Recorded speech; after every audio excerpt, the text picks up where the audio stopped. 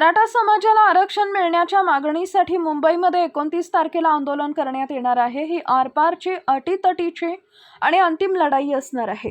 यासाठी लाखोंच्या संख्येने मराठा बांधव मुंबईत दाखल होणार आहेत, अशी माहिती मराठा समाजाचे नेते मनोज जरांगे पाटील यांनी दिली आहे।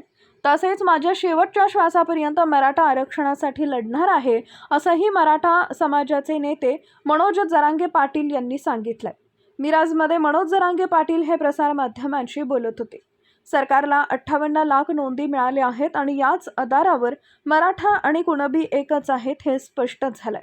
त्यामुळे आता मागणी मान्य झाल्याशिवाय कोणत्या परिस्थितीत आंदोलन मागे घेतलं जाणार नाही, असं सांगून मनोज जरांगे पाटील पुढे म्हणाले, आरक्षणाची लढाई शांततेच्या मार्गाने पुढे चालू राहील। जर सरकारने आपली माणसं पाठवून आंदोलनात भांडण करण्याचा निर्माण प्रयत्न केला तर आम्ही कोणत्याही परिस्थितीत हिंसक आंदोलन करणार नाही, असा खुलासा मराठा समाजाचे नेते मनोज जरांगे पाटील यांनी यावेळी केलाय।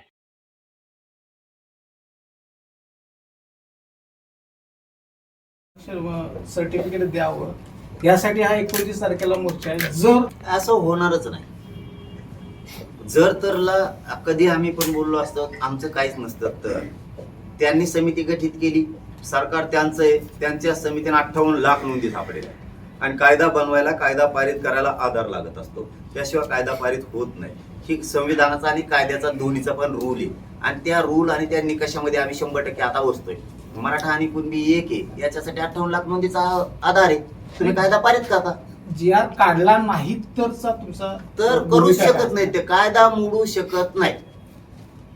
तर कधी जर नोंदीच नसत्या ना, आधार नसता, तर त्यांनी काय सांगितलं होतं, कायदा पारित करायला आधार लागतो।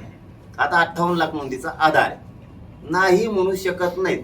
आणि जर तरचं उत्तरच तुम्हाला पाहिजे असलं तर आम्ही मुंबई सोडितच नसतो। ही लढाई तुमची शेवटची आहे का? कारण दरवेळी उपोषणाला बसताय, परत तुम्हाला शासन काहीतरी उत्तर देतंय, परत आणि तुम्ही मान्य करत नाहीत, परत बसताय, म्हणजे किती दिवस चालणार? काही शेवटचं आहे तुमचं? शेवट आता बस, कारण शरीर पण थकलं, मी किती दिवस उपोषण करणार? माझ्या लेकरा बाळांचं समाजाच्या वाटोळं व्हायला लागले आणि मी आमच्या समाजाच्या लेकरा बाळासाठी जगतो, त्यामुळे समाजही मला सोडत नाही। मी काय वाईट करतोय? कोणत्या आईबापाला वाटतं त्यांचं पोरग पोरगी मोठी होऊ नये, कोणाला वाटतं आमचं लेकरू अधिकारी होऊ नये? कारण मला आता सभा घेता येत नाही पहिल्यासारख्या, म्हणजे मित्रत्व सांगतो मला एकाएकीच घाम येतो, एकाएकी चक्कर येऊन पडतो, कारण मी या समाजाचा लय थोड्या दिवसाचा पाहुणा राहिल्यासारखं राहिले। कारण डॉक्टरांचंही आता असं आहे की शरीरात काही आजारच नाही, आजार असतं तर ते म्हणतात आम्ही तुम्हाला मुंबईला नेऊ, दिल्लीला नेऊ, परदेशात नेऊ, पूर्ण। पण आता ते शरीरात अशक्तपणा इतकं की सगळं रक्त जळालंय, त्या उपोषणामुळे खूप शरीर घासलंय, मला चालतं होतं सगळे हाडकं दुखतात माझे, त्यामुळे ते नीटही होत नाही। त्यामुळं मी हाय जिवंत, तोपर्यंत मला माझ्या समाजाच्या लेकराला आयुष्याचं द्यायचं, चंद्रसूर्य आहे तोपर्यंत, आणि मी ते देणार।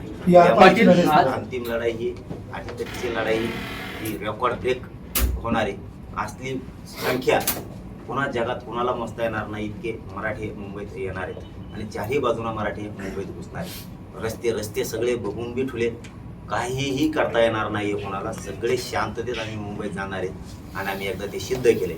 आम्ही शांततेत मुंबईत गेलो आणि शांततेत मुंबईतून माघारी आलो। आम्हाला जाळपोळ करायची नाही, धिंगाणा करायचा नाही, आम्ही कधी करणार पण नाही आणि आम्हाला तो करायचा सुद्धा नाही, ती आमची अपेक्षाही नाही। आणि कधी जर सरकारने तसा डाव टाकला की त्यांचे लोक पाठवून काही केले तर आम्ही तिथे त्याचं कोपऱ्यात चाललेलं तिथून मी तुमचा उद्योग बघा म्हणणार आहे, तिकडे ते उचलन गाडी टाकतील, कारण आमचं मराठीचं पोरग एकही धिंगाणा तिथं करणार नाही आणि आम्हाला ते करायचं, पण आरक्षण घ्यायचं आणि घेणार, आणि ते बी ओबीसीतूनच घ्या, इकडून तिकडून नाही।